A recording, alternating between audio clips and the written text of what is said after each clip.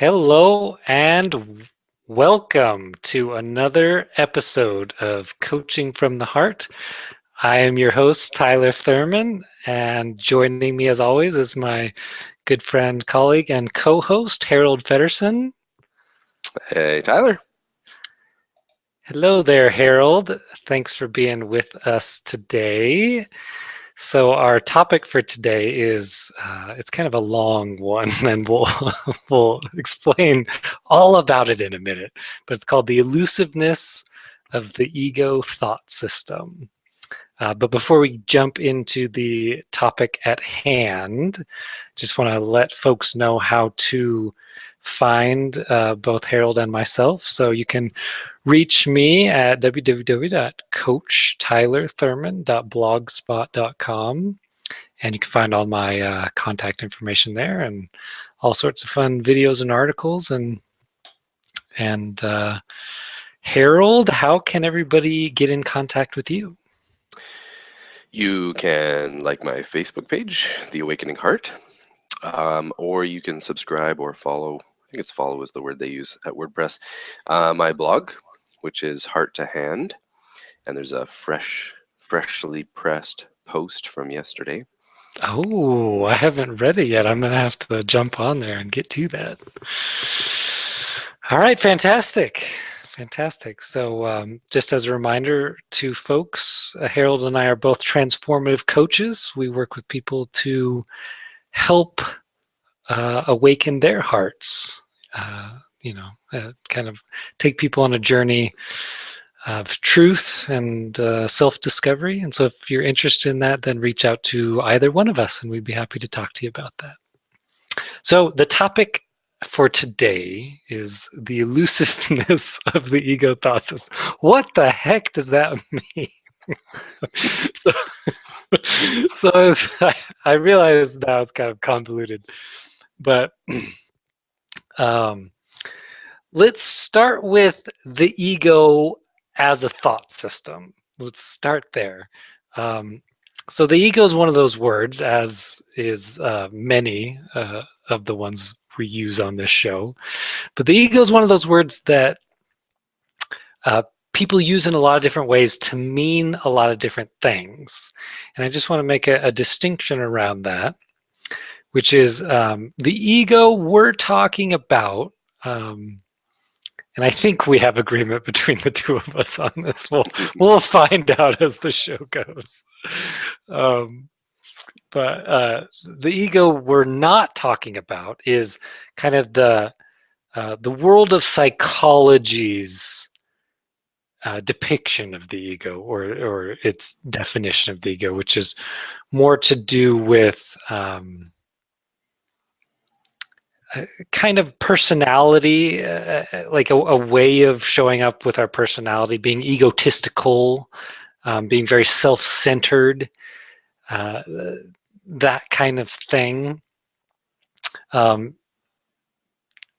That is a little bit different than the ego Harold and I are going to be talking about for the most part today, which has a little bit more, or maybe a lot more broader scope to it, and it's more in a spiritual context, but very simply put, and one of the ways that I think about the ego that doesn't confuse me is it's a thought system. So it's a way of thinking, but in particular, or we could also say it's a part of the mind, right? So a thought system, a part of the mind, the same thing essentially. But in particular, it's a part of the mind or a thought system that's based in separation and specialness and individuality, and it's the source of our sort of separate ego selves. So that the concept that we all have about who we are, that's made of the ego thought system. Anything you want to add to that, kind of the distinction of like what the heck the ego is, Harold, before we jump into the elusiveness of the ego? Well, I'm curious in your definition, how does the ego then interact with the body? Well, why don't you start us there? Oh, okay. Because in my understanding and experience thus far is that the ego is a circular pattern of thinking. Right. So it's like a repetitive thought process. Mm-hmm. And our many of our actions and movements in the body can be affected by the thought process. Yeah. Yeah. Yeah. Go ahead. Sounds like you had a little something else there. Oh, it's not the only place because obviously we can move through the world um, from a different place because the ego It, is a like a structure in a it's sense. kind of one of two places, right? that, that we can move from. And we've talked about this before on the show, haven't we? Right? Are those? I mean, are those love and fear? That would be one way of talking about it. Yes. Yeah. Yeah. So another way of making the distinction between love and fear could be ego and spirit, or ego and God. Do you have any other words for that distinction, Harold? Well, like your true nature. It's Yeah. hard. It's hard because Higher self, yeah, the essence of your lower being. self. Yeah. Some people would call it soul. So Um, and so those are all just words to point us kind of in a direction. Um, but yeah, I think essentially we're on mostly the same page as far as what ego we're talking about. Um, because yeah, it will, or it can be one of those places that a lot of our behavior flows from. Usually there's sort of insecurity there, there's fear. Um, yeah, there's that fear again, that love and fear, right? Um, in my experience, one of the places I have learned the most about the ego is from the book A Course in Miracles. So if anybody out there's interested, um, that I think whenever we talked about forgiveness, was that last week? I can't remember, but I said the Course in or A Course in Miracles could easily be retitled A Course in Forgiveness. Well, it could also very easily be retitled A Course in the Ego, right? Because it's kind of, it helps us to understand that thought system and kind of disassociate from it a little bit, because one of the things that gets us into trouble is us thinking we are that thought system. So we identify with it. We identify with that insecurity, we identify with that fear, and all the actions that flow from that. And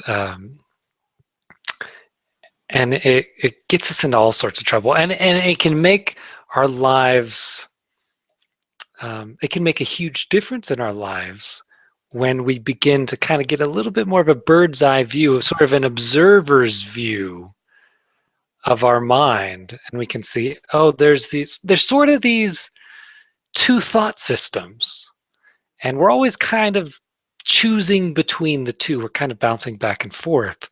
Out of habit, I think most of us, most of the time, are choosing the ego thought system, just because that's what we're familiar with. That's kind of what the world tends to be based in.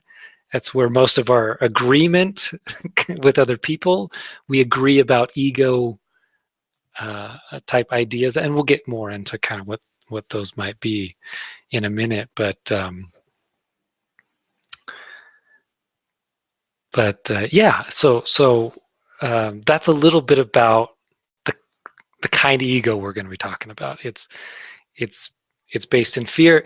Like you said, Harold, it's very circular in nature, which is part of the elusiveness topic at hand.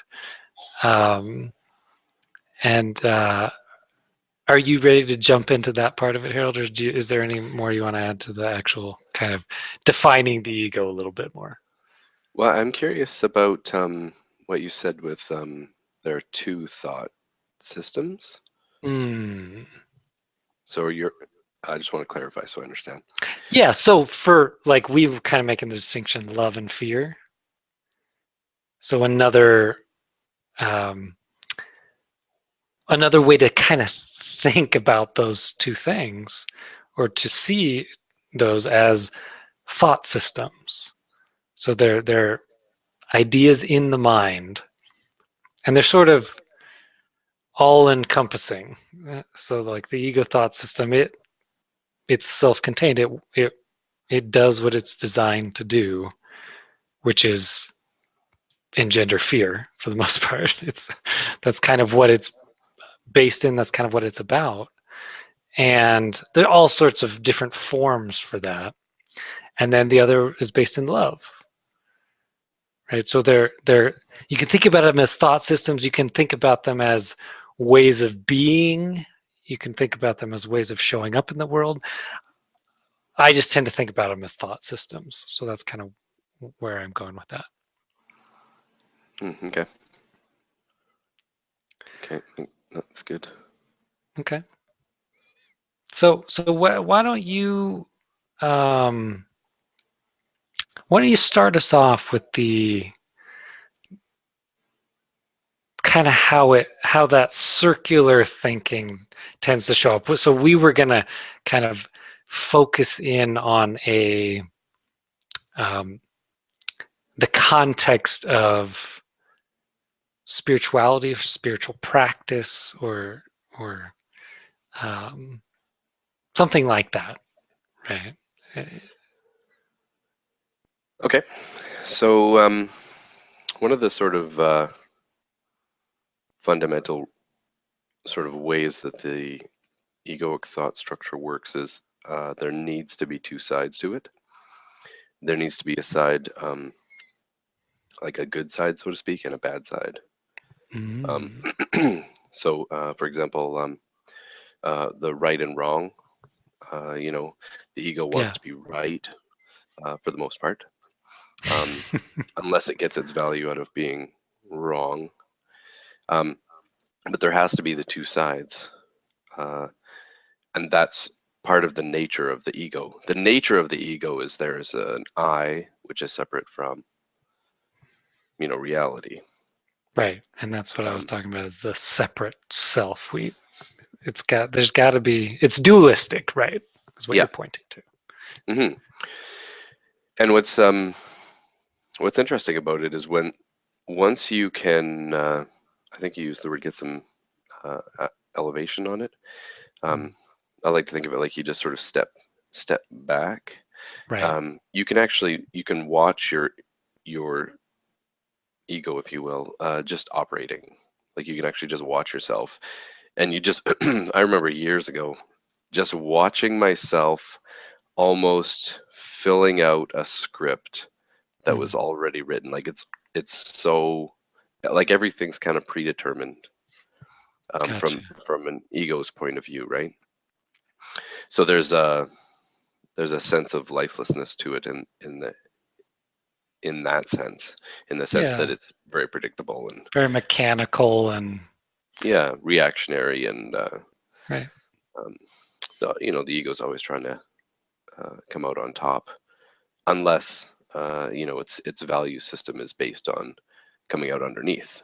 We both probably know people like that where it's like, oh, everything is so hard for me, all the time. It's like that's where they get their ego is its value is in that, in the being the always the under.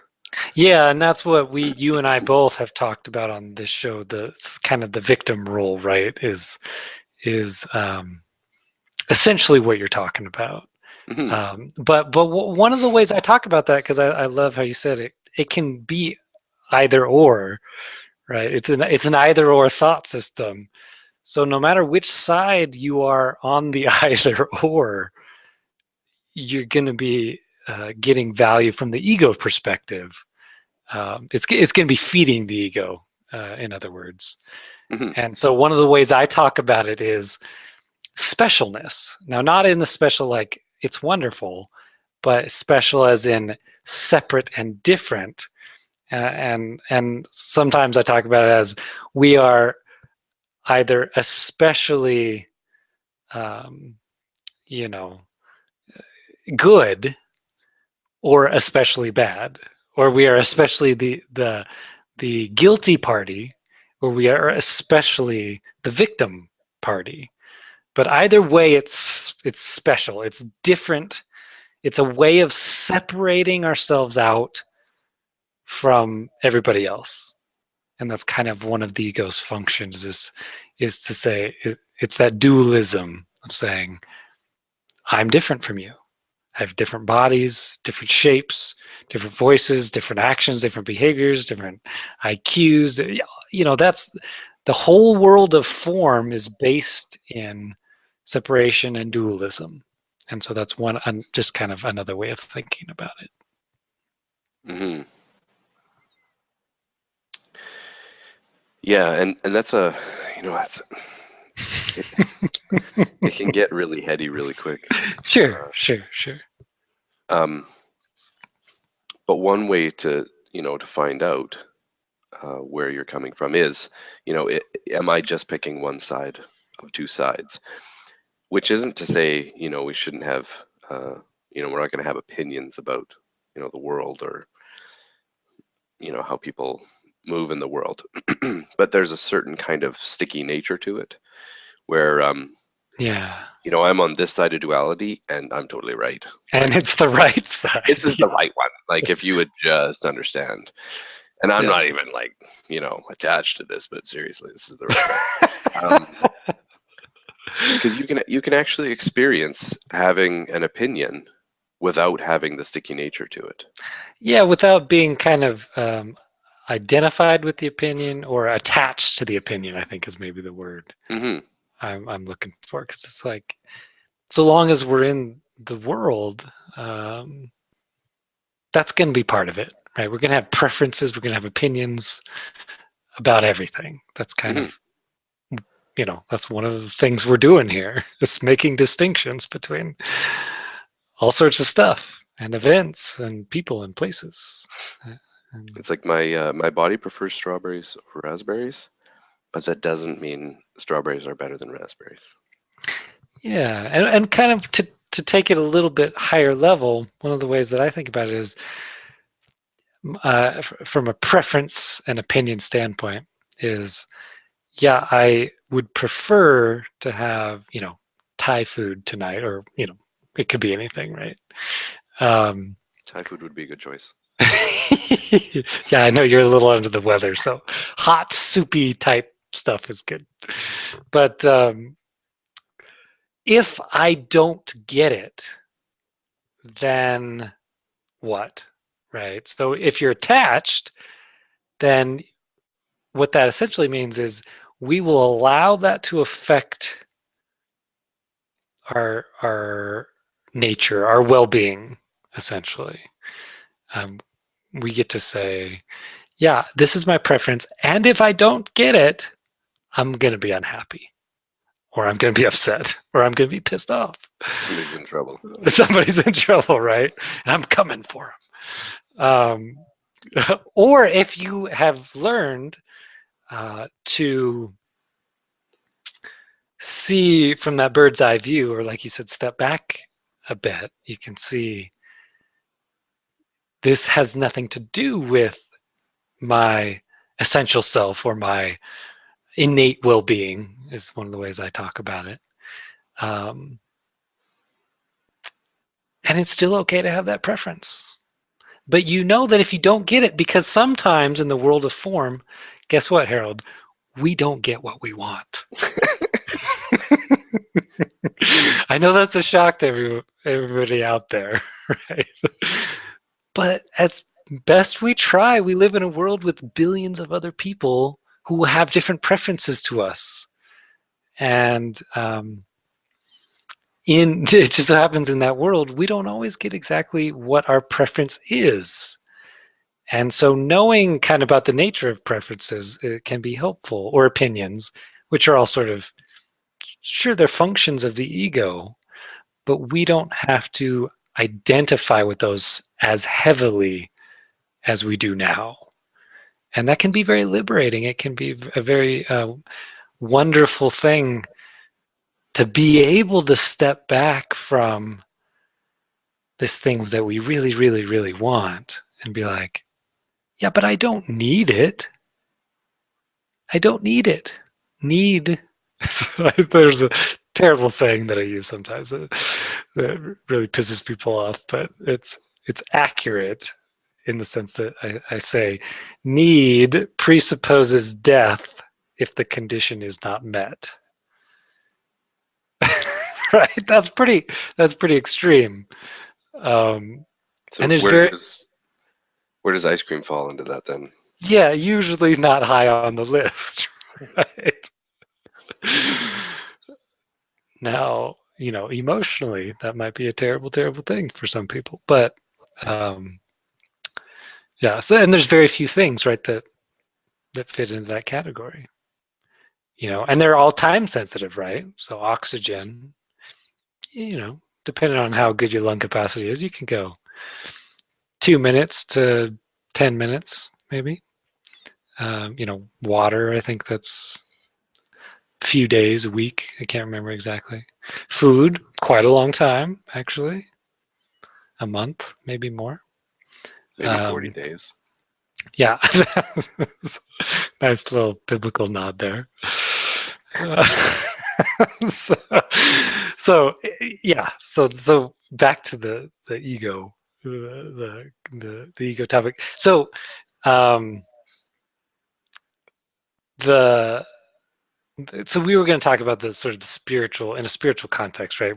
One of the ways you and I had talked about it before the show was um, the ego loves to hijack our spiritual practices, right? For its own, for in, for fortifying itself, right? For reinforcing the ego self, or the ego mind, or the ego thought system.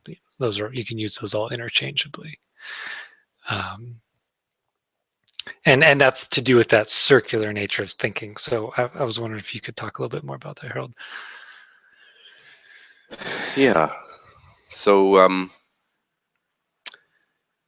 when you first start some kind of practice, there's that fresh newness to it, and you're just fully alive, and you're present through the process, whatever it is, whether it's painful or joyful or what have you. And then there comes a point where the ego's like, oh yeah, I got this. Yeah, we're gonna sit on that cushion. I get it. I get it. We're gonna go into the quiet time. Down for that. And then it just kind of it wants to just take over the show and run it. And then what happens is that aliveness just totally disappears, and you become it just becomes like this ritual. I remember listening to Adyashanti, who's a spiritual teacher out of California, and he said, he would, when he was studying Zen, and he would be with these people who had been sitting meditating for like 30 years, and nothing had changed. They were more peaceful, and they were really nice to be around because they were totally on top of all of their sort of negative outward talk, but they hadn't really gotten anywhere. And I remember him being curious and saying, like, what are you doing? Like, why are you doing this if it's not really doing anything? And there's actually a belief out there that enlightenment is what the Zen people are going for, is that enlightenment takes a long time. Like, you just got to put in the hours on the cushion. and somehow once you Right. hit some magical number for you, it's, bingo bango. And that's a perfect example of when the ego sort of just takes over the show, and they're Mm. meditating now for a reason. It's like, well, once I meditate long enough, then I'm going to be enlightened, and that's what I'm shooting for. And Right. whereas it's just totally false, right? It's totally false. Because if you can just allow that whole thought structure to just fall away, boom, there's reality and all its infinite uh, clarity. Yeah. Yeah. I I make really like that example. You go I make ahead. I make that sound like, hey, it's just boom, just It's easy, drop a piece of thought, cake, right? drop Well, a thought. here's how I think about it, because I love that you brought up the meditation example, because it's one of the ones I use sometimes,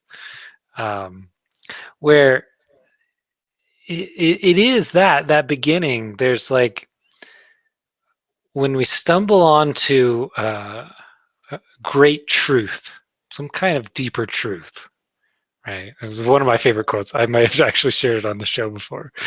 But Winston Churchill, he said, everyone in their life stumbles upon great truth at some point or another. And most of us get up, dust ourselves off, and move on as if nothing happened. Right?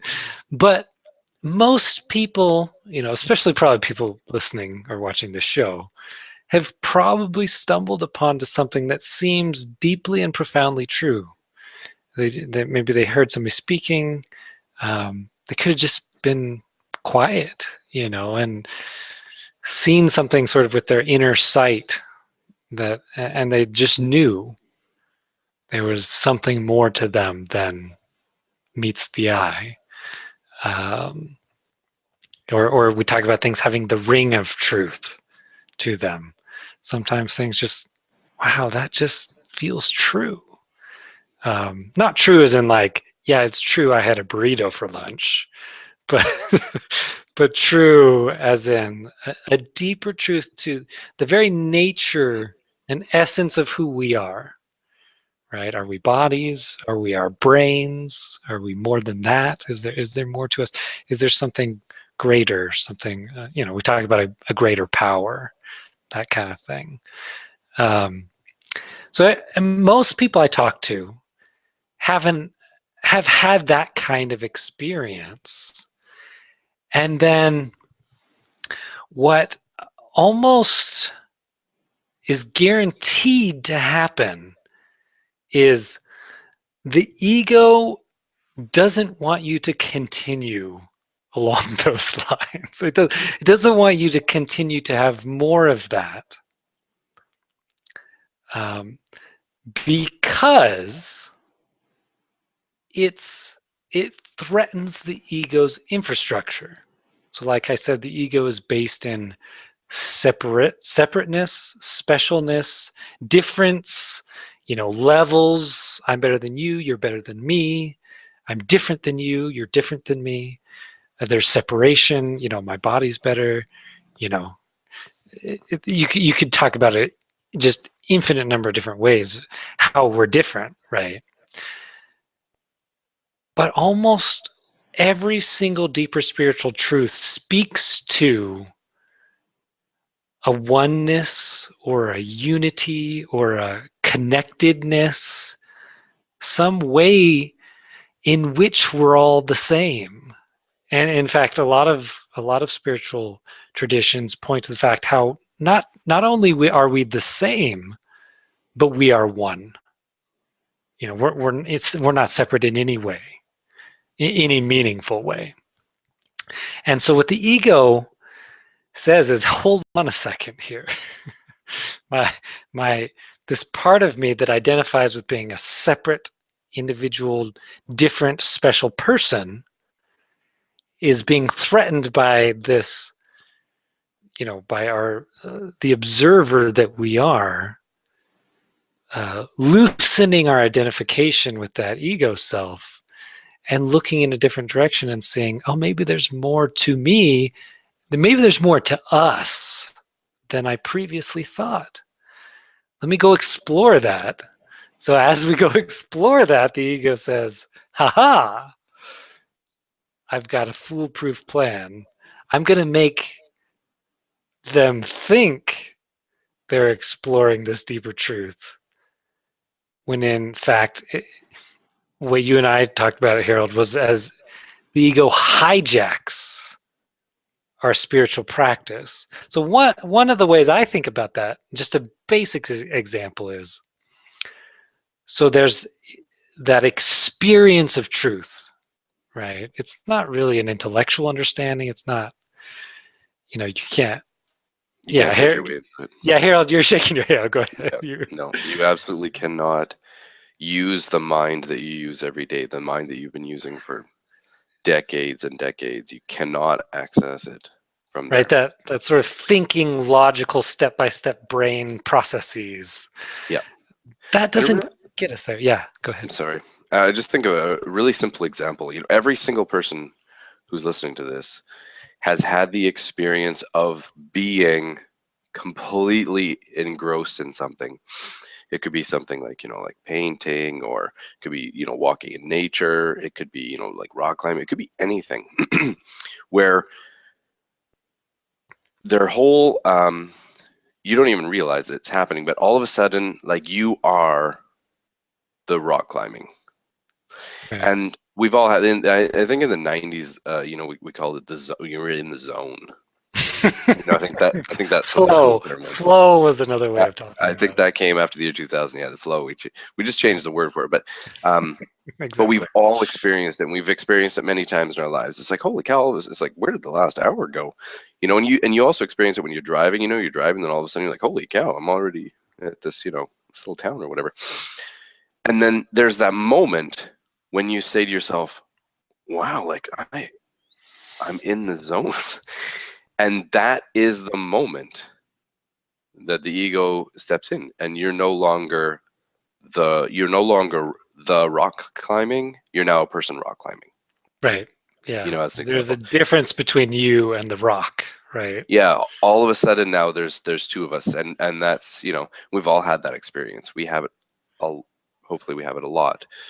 So we can get the sense of it, because when you were the rock climbing, I don't know why I'm using the rock climbing. When you were the rock climbing, um, you weren't. I'm not going to say you weren't thinking, because you're most likely thinking, but it's like just thinking's happening. It's like, oh, and then I'm going to reach over here, and it's not even like, it's like you just reach. It's like it's a totally different. You're not in that thought structure place anymore. You're outside of that. You're actually just. Yeah, there's not really. I don't have a word for Yeah, it. like your being is maybe a word I would use. You're not thinking, you're not processing, you're not intellectualizing. It's an experience. You're in the experience of whatever you're experiencing. Yeah, and it's impossible to talk. But yeah, it's impossible to talk about, but we're doing the best we can, Sorry. right? Yeah. So, Keep taking but this. but there is a sense of not being identified with that separate self. Usually that's kind of in there somewhere. Not that we would think about it like you're not in it thinking, oh, I'm not part of this. Yeah, I'm no longer so. It's just not. It's it's just not a even way of there. describing. So like we said, we're doing the best we can with something that you can't really put into words. Um, but one of the, I think, really easy ways to catch wise to the ego doing its thing, um, which can be helpful as a starting point of just identifying less with that thought system. Um, it's not really a strategy; it's just an understanding, right? Is a concentration on form. So one of the ways I talk about the physical universe or the physical world is a world of form. And that's another way of saying separate stuff, right? Or um, separate objects or separate bodies, or it's the dualism, right? But and it could be it could be behaviors as well, so forms of behavior. but behaviors are to do with bodies. And you know, you're not in the flow.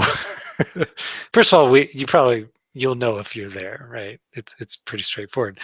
But Well, actually, you sometimes, won't know if you're there well, yeah, because you'll just be there. the you that you think you are won't know, Yeah. right? It probably won't even be part of it, because it's one of the things keeping us from the flow, is our identification with that self.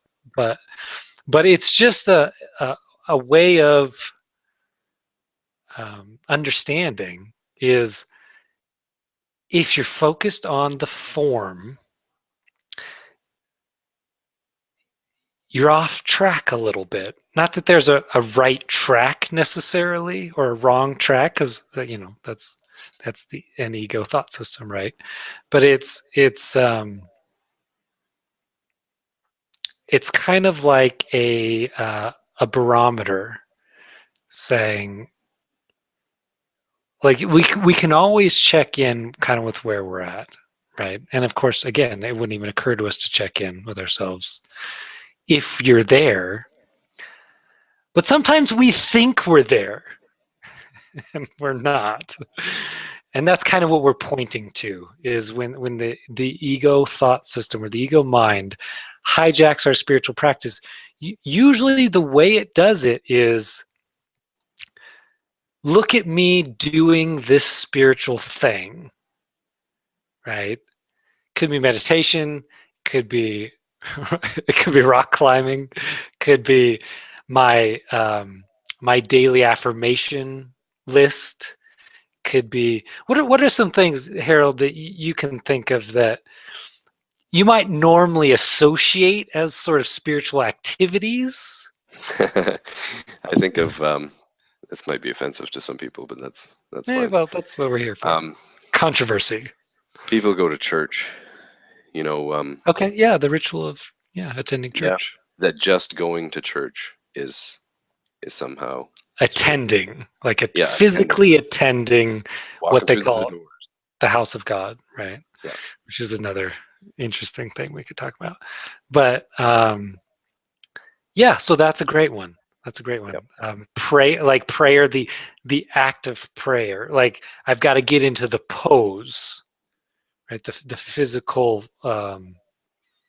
stance, if you will, Mm-hmm. or position. What are some of it's ritual. They're rituals. So we all know what rituals are. They're Yeah. behavioral in nature. For the most part, there could be some thought rituals, but I don't really know how that would work necessarily. But so if it's sort of behavioral in nature or to do with form or like getting the technique right, Which is big in meditation, right? which is big in meditation. That's why I love that example that you use. Yeah, you have to be in the full lotus on Exactly. a 1-inch blanket in order to reach enlightenment. That's it. So But you gotta guess do. what? People throughout history have experienced the peace and the love of God outside of the lotus position. Yeah, more people have than haven't actually. Yeah. That would be my guess. I don't have the statistics in front of me, but Yeah, I don't. That'd be an interesting thing to compile, actually. But yeah. yeah, but that's like, if there's an exception to it, then it's not a causal force. So that's where it gets tricky, right? It starts out as this pure, wow, I've had this pure experience of truth. I like to talk about it as truth. Could be spirit, beauty, whatever it is for you. But it was this experience, and then the ego mind says, yeah, but look what you were doing when you had that experience. And then we say, oh yeah, I was rock climbing. Maybe I'll rock climb every day at 5 p.m. on the same rock. in the same way, right? With the same people, same friends, and maybe I can recreate that.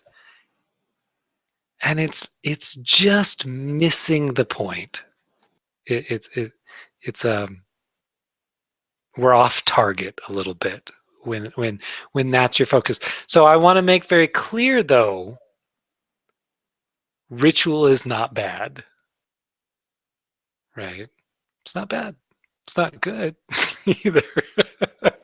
And to be fair, um, but it's not the source of what is already innate within us. Yeah, I think, Harold, you and I before have talked about a um, a manufacturing expedition as opposed to um, a mining or an excavation, Mm-hmm. an uncovering expedition. So that's a great distinction for the misunderstanding that occurs with our spiritual journeys, right? Is we turn it our ego mind wants to turn it into a manufacturing journey. How can I create more love in my life? How can I create a more peaceful experience of life? And then guess what comes out of that? Ritual, behavior, goal setting, and achieving.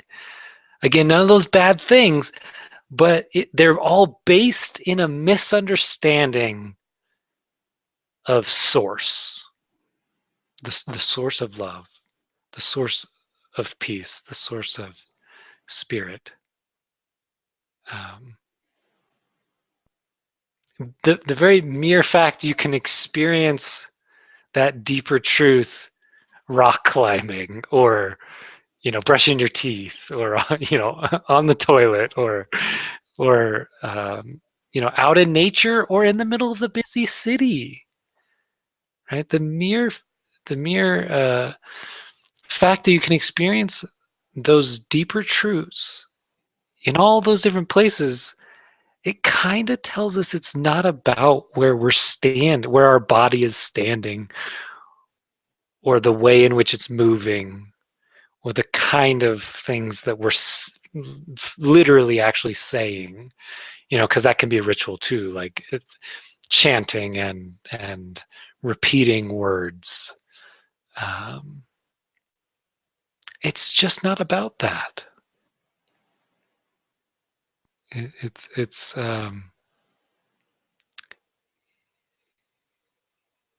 this innate thing.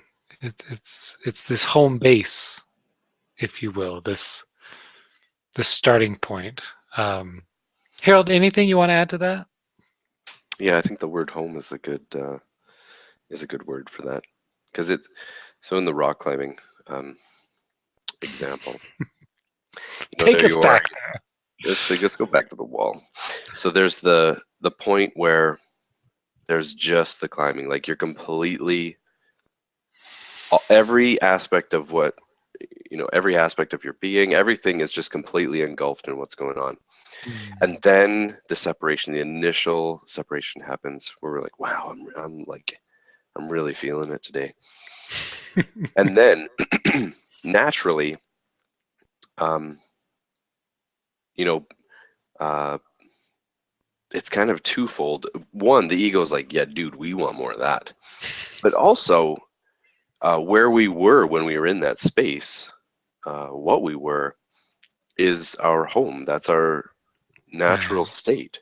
So it's actually what we're kind of drawn towards naturally. Mm.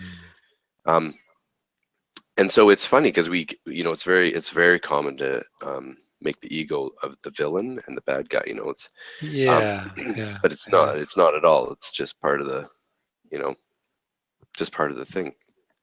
Yeah. But what the ego usually will do is, you know, in the rock climbing example, it gets to the top and then all of a sudden it becomes the champion, and it's like, I own this rock, and it I becomes, did it, and yeah, it's like at me, and that's totally fine. But it can also go the other way, where all of a sudden it's the ego's like, yeah, I want that, like that other thing that was going on when I was coming up, right? And then that becomes the search. But you you can't, like, you didn't create that in the first place. right, It's because if you say to yourself, I want that again, I want to go back to that, you can't get it from there, because there's a you that's trying to experience the it. You're in the right. duality conversation. There's a you, and then It's there's the thing. it's different from the you that you think you are. Yeah, Yeah. I want to experience that again, but you weren't experiencing that. It was just, that's what was going on. Hmm. um Yeah, that's the separation. Yeah, I love how you said that. It becomes the dualistic yeah, dynamic, the either or, yeah, the me and you. I'm in the flow, I'm not, this is Yeah. easy, it's not easy. That is in my experience, well, it's easy and it's not easy. It's a great portrayal of this whole thing is the pursuit of happiness, right?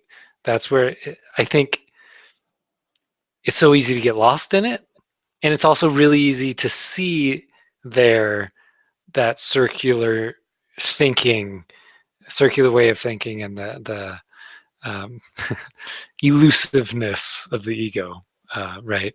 So one of the ways, like you just talked about it, Harold. Okay, I want to get there. I want to create that again. I want to I want to have that experience again. I want to manufacture that again because I did Mhm. it in the first place. Of course, I did. Right. Um, And and it's so, tricky, yeah, yeah. Go ahead. because it's because it's our natural state, it's our home, as you said, and the ego also says, yeah, dude, that felt really good, we should do that again. um but if you go back, what is how did it occur? How was it just you on this wall? Like, how was that possible? And the only answer that Yeah. seems to show is you're graced with it. Because you can't create it, you cannot make it happen. It's like Right. you're graced with it. um Yeah. Yeah. I like to think that we're sort of, but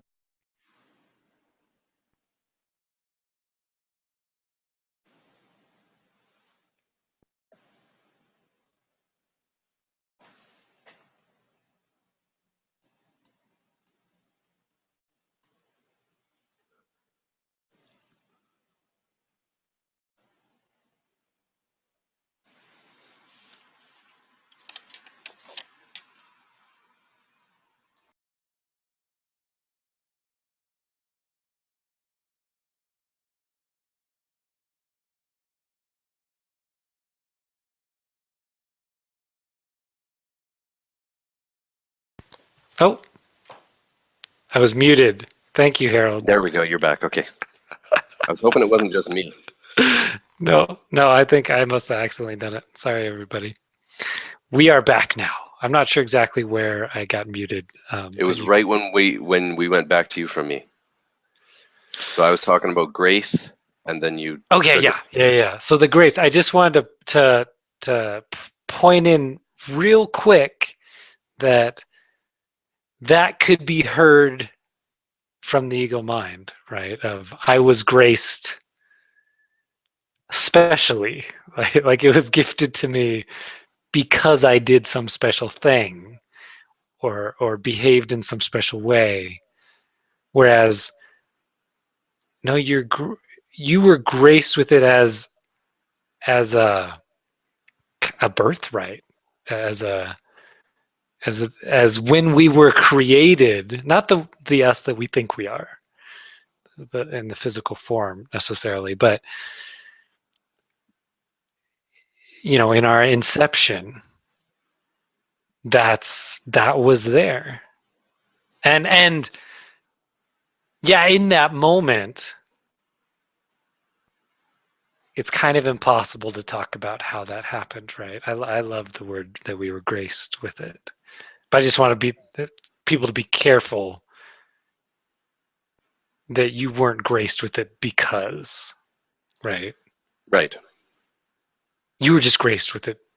I mean, We if you're all gonna are. say because that's the nature of who you are, right? It's the essence of what we're made of. Um, And that's common, right? What as soon as that, so there, I just keep using the rock climb one.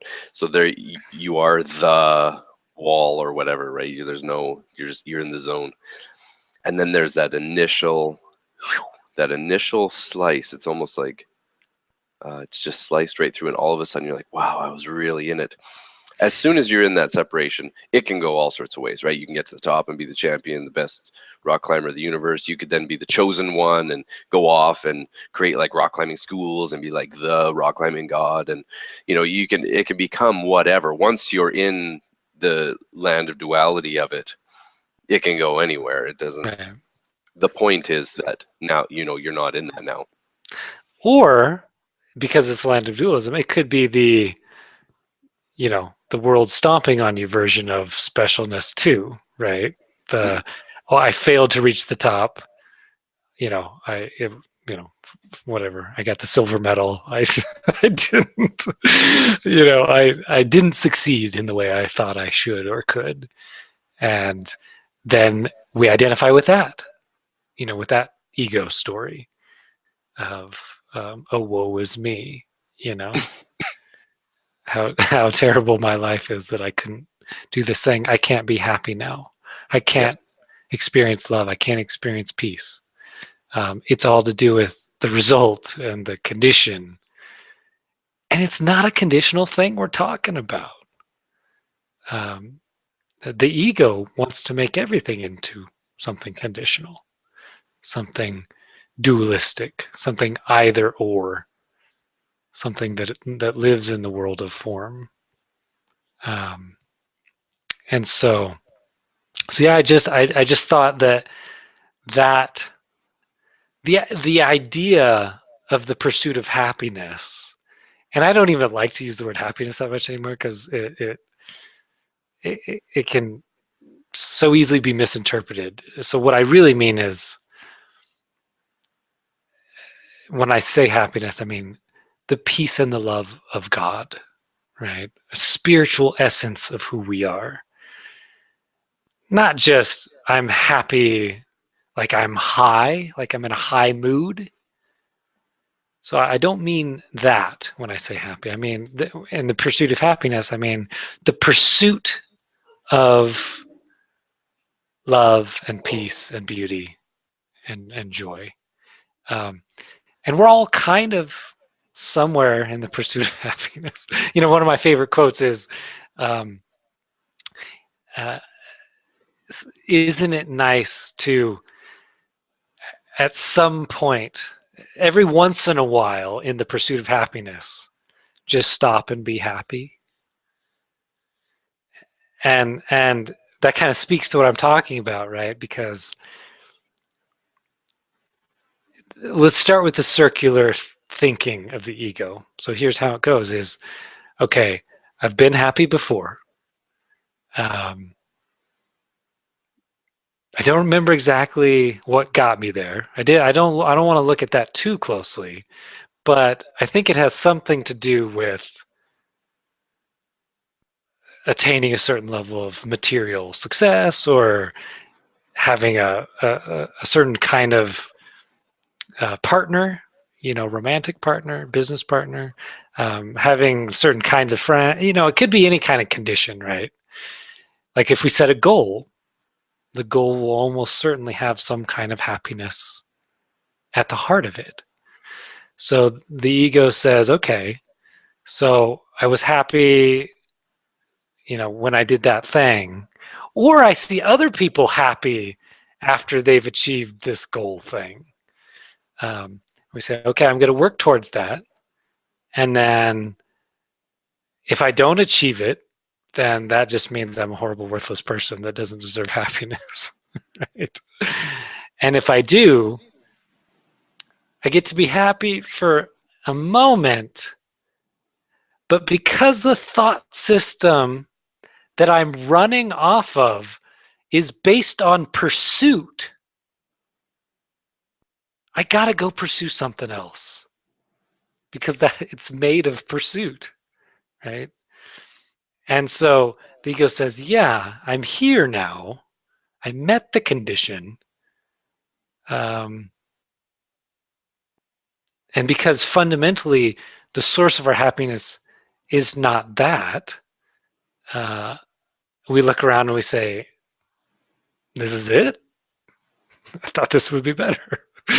Right? I think most people probably have that kind of experience at some point in their life. And then the chase is on again.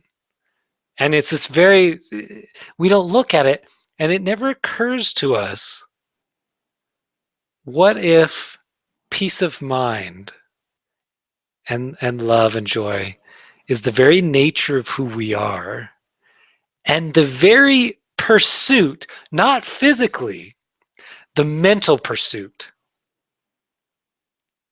is the very thing that is the barrier to that peace and that love and that joy. So it never occurs to us the very pursuit might just be the construct, the thing that stops us from enjoying ourselves now, being at peace now, being at love. Now, I don't mean that as a strategy, because I'm guessing you could very easily turn that into, okay, so Tyler's strategy for peace and love and joy is identify your current pursuits of happiness, and then look at those, and then stop doing those, and then say to myself 3 times backwards, happiness now, or something like that, right? I'm speaking descriptively as best I can, not prescriptively. Just pointing out, here's what we do. Here's how tricky the ego can be when we're in it. We're unhappy, and happiness looks like a manufacturing expedition. So we set off on a manufacturing expedition, never occurring to us we might be in the wrong expedition. We say, no, I'm not doing the expedition right. Right? I need a different factory. I need a different setting. More specifically, I need more. I got the amount of money I thought would make me happy. Clearly, I was wrong. I need more. Or I got the kind of partner I thought would make me happy. Clearly, I was wrong. I need a better partner. I need a different partner. I got the level of physical fitness I thought would make me happy. Clearly, I was wrong. I need to take it up a notch. Right? And we need to work out 2 times a day, 3 times a day. Maybe that will make me happy. Maybe I'll find peace in that. And at some point, maybe it's today, maybe it's 40 years from now, I don't know. You might just slow down enough to experience the truth of who you are and be at peace now. And then, of course, you'll be off and running again with the next ritual. But if you have enough space, enough altitude, enough level of understanding, sort of spiritual understanding, not intellectual, the more you can see kind of what we're all doing most of the time, which is we're in pursuit of that which we are.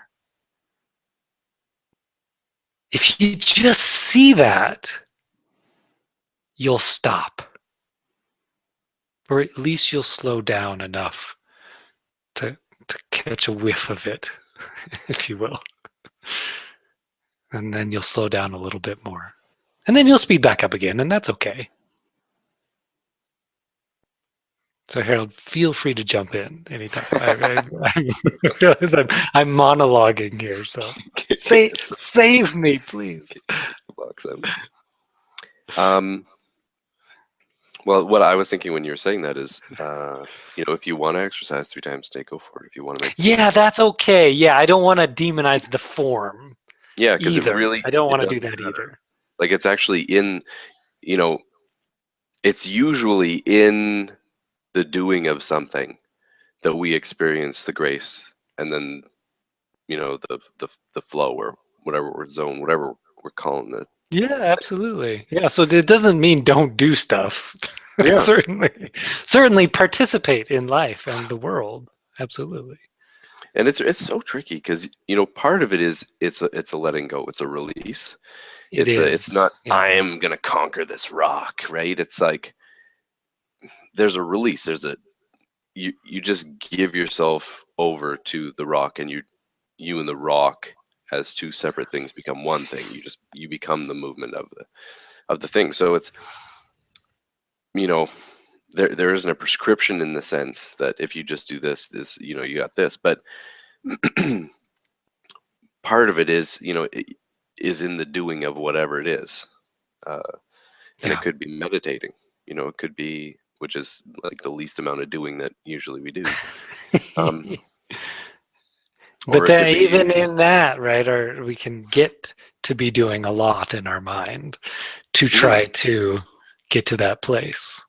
yeah, just like Um, when we're on the rock, we're like, if I can just make it to this next level, if I can just yeah. get to that part, and then we're out of it anyway. We're already in the me and the rock. But So if you just begin to see, and again, it's just a little willingness.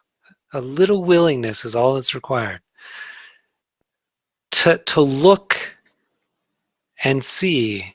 It's not about the form. It's not about the behavior. Do what you want to do. do.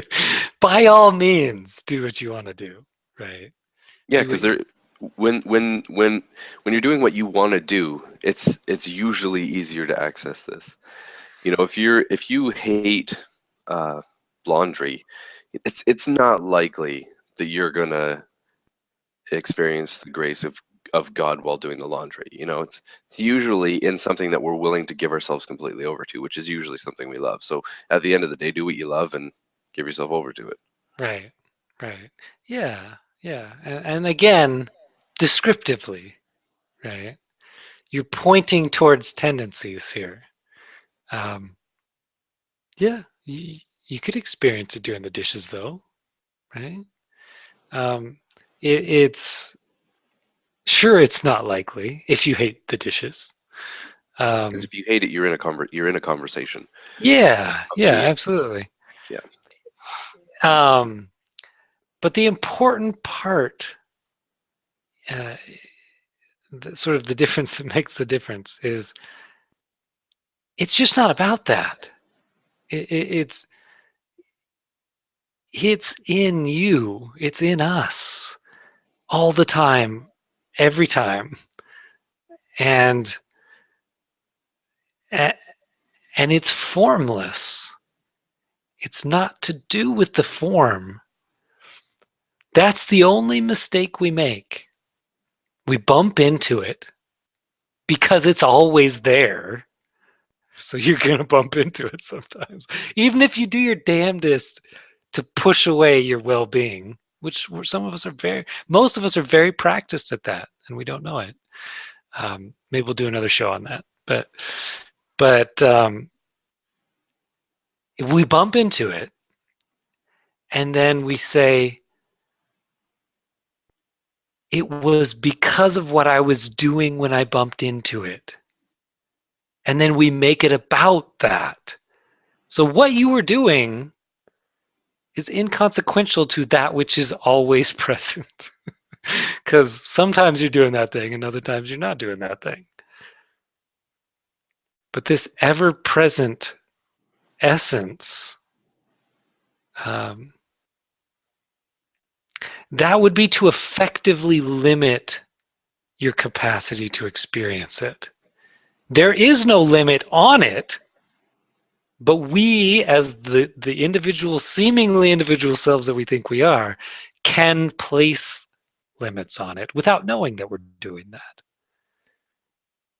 And then we mistake it. We get it backwards. We think, okay, I was, to go with the rock climbing. I was doing the rock climbing. I experienced the peace and the love of God. And then we somehow, again, our kind of crazy, insane ego thought system tells us, I guess I can only experience this while rock climbing.